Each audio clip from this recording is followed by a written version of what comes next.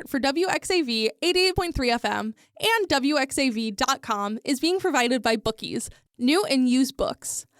Bookies is an independent bookstore located at 10324 Southwestern Avenue in Chicago. They have a collection of new and used books and accept book trade-ins and donations. More information is available at bookieschicago.com and on Instagram at bookieschicago. Support for WXAV 88.3 FM and WXAV.com is provided by Northwest Community Credit Union. Northwest Community Credit Union is located on campus inside the Graham School of Management and offers financial services for the St. Xavier community. Services include student credit cards, student loans, and other financial resources. More information is available at nwccu.com. This is a WXAV 773 Sounds podcast, introducing you to the best local bands in the Chicagoland area.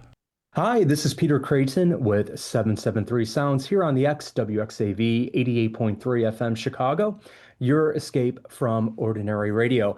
And I am so excited for this week's featured artist of the week. The best way I can describe her music is folk music influenced by nature. Folk music influenced by living in the moment, and folk music with just a hint of classical and opera music thrown in. I am so happy to have Park Hill Circle, aka Maris O'Tyranny, here with me on 773 Sounds. Maris, how are you today? I'm doing well. Thank you so much for that lovely intro. So I kind of like always starting the interviews going back to the beginning. How did you first discover music? How did you first kind of realize that you wanted to become a musician? Such a wonderful question. And I think I lucked out in having parents that always wanted to support. I'm one of three daughters, one of three sisters, and they always wanted to support each of us in kind of following whatever expression would just help us get our voice out. And so I think very early on, both parents would sort of introduce different things, whether it was dance or, visual art or music. And I started out on piano when I was 4, I think. So pretty young, like many people do if they start out with piano or another instrument like that. And really started out with a focus on like learning music by ear. And then from piano, I then moved on to guitar and was always singing. I have a twin sister, like my mom likes to say that we were, singing or babble singing to each other even before we were fully forming words for a conversation. But that's kind of my beginning, and studied classical music, classical guitar and voice and opera, like through middle school, high school, and college. So that's kind of like the musical vocabulary foundation, but also grew up around a lot of Irish traditional music because my dad's half of the family is from Ireland, from the West Coast. Oh, that's awesome. So I got to ask, just because I'm curious, who are some of your favorite classical music composers and guitarists? Oh my goodness. I feel like there's a classical music piece for every mood. I mean, I love Rachmaninoff piano concertos. I always go back to Samuel Barber for both like very lyrical violin pieces, but then Barber also wrote for the voice. And I feel like everything he does with strings is kind of like the extension of the human voice.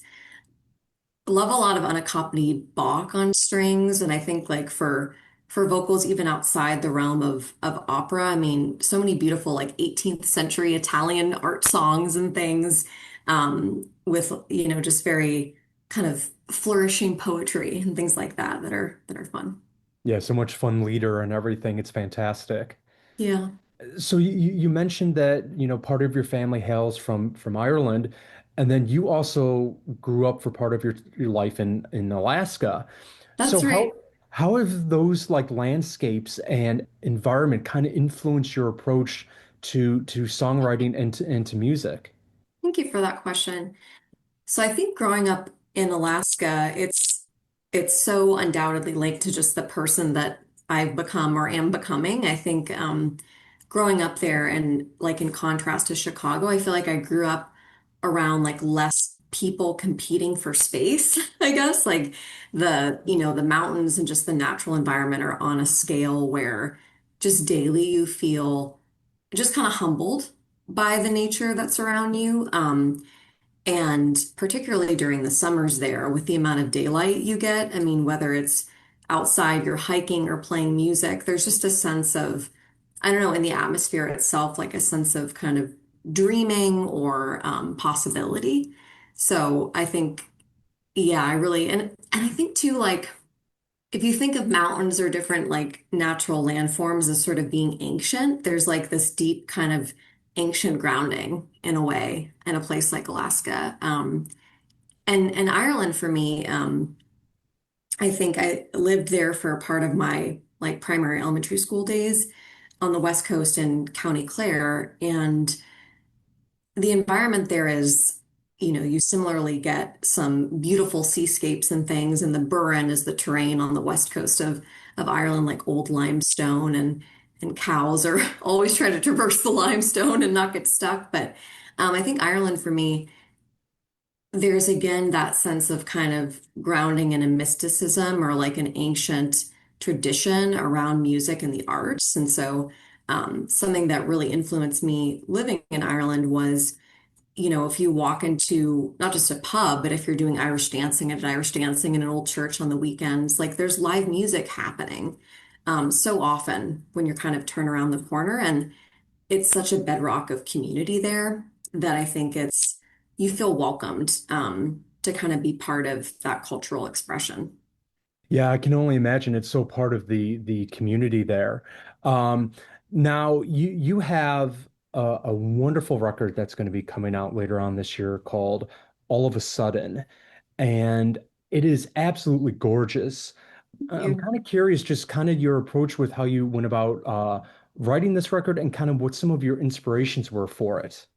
the process of writing it, I was in this moment of transition because my twin sister, Bryce, who's a remarkable violinist and singer, pianist, also a poet and writer, she had taken a great teaching opportunity in Colorado. And so we had been in Chicago making music, releasing albums, and touring for a number of years. And I actually think her move and like me remaining in Chicago opened up a new opportunity to explore. I don't know, some return to origins. I think in this band with my twin sister called Maeve Quinn, we did lots of harmony singing together, and it was very much a focus on kind of trading the vocal line or finding the blend with each other, and then in venturing back into like a solo project that I wanted to expand. I feel like I was really re-delving into like my classical art song roots and like in terms of the writing process a number of the guitar, kind of lead guitar focused tracks on the album, I started writing on classical guitar, kind of just like in the finger style, because I wanted like a warmer, rounder tone. And then ultimately, even if I played on the record on electric guitar, acoustic guitar, it's like the classical guitar was an origin for some of the writing. So that's very Oh, special to interesting. me. How, when you're talking about writing, you're starting on the classical acoustic guitar and then moving to electric. Mhm. Did that transition influence like how you played? Like, did you try to still do like finger style on the electric, or talk to me It's a about great like your question. approach? Yeah, I mean, the kind of the textures and the intricacy and some of the polyrhythms you create with fingerstyle, like I've just always really leaned into, and I think that is influenced by classical, but also probably just like a lot of the artists that I admire who play in that style. I I've been playing a Fender Strat for years for electric and got a Les Paul. I guess it's about a year ago now, specifically for its really warm tone, but not necessarily like to play chunky rock chords, but more, I loved the resonance that I could get doing fingerstyle on a Les Paul with its Yeah. particular like warmth and depth. So to answer your question, like acoustic guitar, classical guitar, electric, to me, they're like each such distinct instruments, but part of the challenge that I like is figuring out how to translate songs across them. And the biggest piece I find is it brings out something different vocally in my voice. Like Same. in the timbre or tone. Like if I'm singing with a classical guitar, I find myself maybe drawn to certain stylings or colors in my voice, and with electric it can shift. So it can be a good like way to inspire or move a song forward if you feel like you get stuck on one of those guitars. Oh, that's really interesting. I never thought of it like that, that the style of guitar that you're playing could really influence uh, Yes, how for you me it sing. does at least.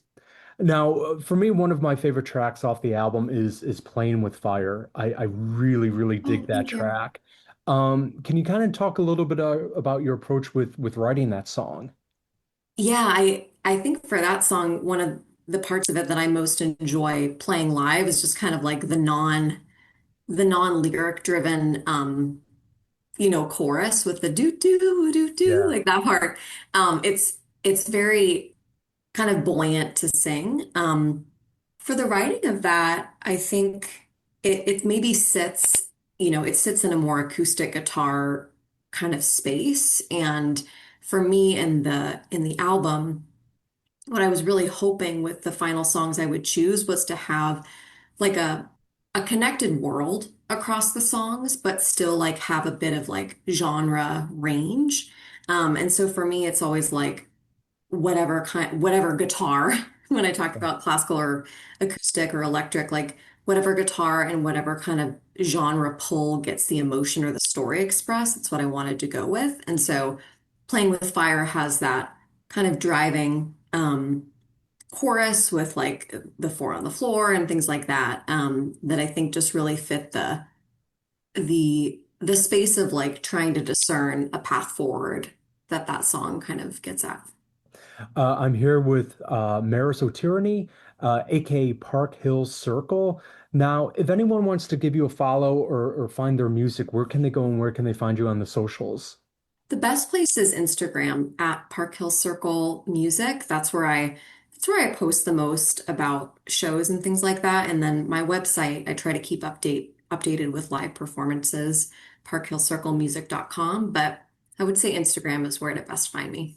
And you can also find her. She's on Bandcamp. Go to That is true, yeah. Thank you. parkhillcircle.bandcamp.com.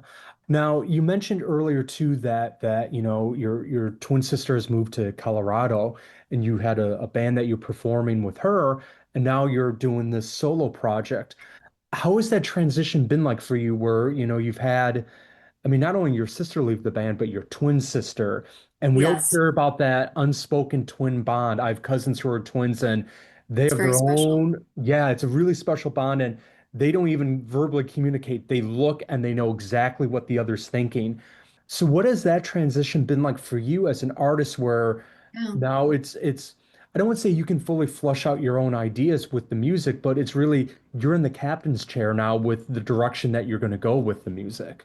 The way I see it, Peter, is like just sort of two different channels. I mean, I think the band with my sister, Maeve Quinn, the way that we'll continue evolving and making music, we're figuring that out. I mean, there are many bands that, aren't able to stay living in the same city for reasons of family or work or other things. So I know that we're going to work on new music together again and write together soon. And we do some of that over distance and hoping to also tour again. But I think the transition for me in cultivating Park Hill Circle was really to embrace kind of this opening that would, I guess, challenge me in some new ways. Park Hill Circle, I am now playing with a really wonderful ensemble of musicians here in Chicago. So it's kind of expanded my circle, which has been really good. It's had me doing more arrangement for more instruments, with keys and saxophone and bass. And so I think it's all just like part of the evolution, like many different seasons, I think, for like music. And I know I'll return to doing things with my sister too. Now you're on the front lines, you're in the on the local music scene right now. What's that like? What if you had to describe to someone who hasn't seen a local show yet, how would you describe the scene to them? Yeah, wow. Well, the Chicago scene to me, it I think about specific venues in the city that maybe really encourage collaboration kind of across communities and across genres. One of those venues that comes to mind is Constellation, that really supports artists that are kind of working in interdisciplinary ways. So I would say Chicago's really a hub for kind of cross-pollination of different styles. And that's what really excites me as someone who comes from like the classical world and the Irish folk music world and other things. It's nice to have the opportunity to not just be put in one box. I would also say, because it's been a focus of mine, and I know it's a focus of other artists, I think there's a real appetite for like women-led bills. Over the past year, I've really been feeling motivated, and it's felt important to me to pull together women-led bills with other artists, and just as a way to like create more connection among us, see the shifts we may find like in the audience and the energy, and support each other in new ways. So I think there's an opportunity for different types of community to be created through the scene in Chicago too. I absolutely love that. That's wonderful. So final question I have for Yeah. you. Working at a college radio station and working with young people on a regular basis, you have these really deep and interesting conversations. And the Mm. one thing that I've discovered is there's a yearning for them to kind of experience art at that local level, Mm. but they don't necessarily know how to do it, or they don't know where to begin, or there's that little bit of trepidation. I'm afraid, I don't know. It's the unknown. I don't know what would happen. So, do you have any words of advice or encouragement for a young person that they really want to check out a local musician, a local artist, a local poet? What would you say to them to encourage them to step outside their comfort zone and then go and do that? Do you mean, so that's a beautiful question, like specifically for them to go like attend live performance, or is this for like students that are artists themselves and they want to perform? Both. So I think, and this is just something that I found even when I first moved to Chicago, and I guess just to say like I can resonate with it feeling maybe intimidating or challenging to put yourself in new social situations where you don't necessarily know other people that might be attending the show, and you're not sure if you're going to be into the genre. Like when I first moved to Chicago, I would just go to as many performances as I could to also like lower the barrier of like, what if I don't like it? What if I don't meet anybody there? And would just give myself that opportunity to be curious and lean into things. I think in terms of performing, I feel like one of the really big benefits of Chicago is that there's a lot of depth in the scene, and a lot of like smaller venues that are welcoming and have like more of a listening room setting, that even if you're an artist just starting out, they will book you there to do a show. Open mics that will have artists come on and be supportive. So I think open mics can be a great venue for music or poetry or other things like that too. Marisol Tyranny, aka Park Hill Circle. Again, you can check her out on all the socials. If you could plug that again real quick, what your socials are for people to Yes. find you. Yes, so Instagram is the most readily, I would say check out Instagram, because I'm most often there and posting at Park Hill Circle Music, and then I'm on Bandcamp. I have a single on Spotify right now, but we'll have lots more music soon as I'm rolling out my upcoming album, and yeah, and then my website's parkhillcirclemusic.com. And all of a sudden will be released later on this spring. So be on the lookout. We will be sure to play much more of the album here on 773 Sounds. Thank you so much for joining us. Thank you so much, Peter. This was really lovely. Thank you for listening to this WXAV 773 Sounds podcast. For more information on 773 Sounds, please visit our website, wxav.com.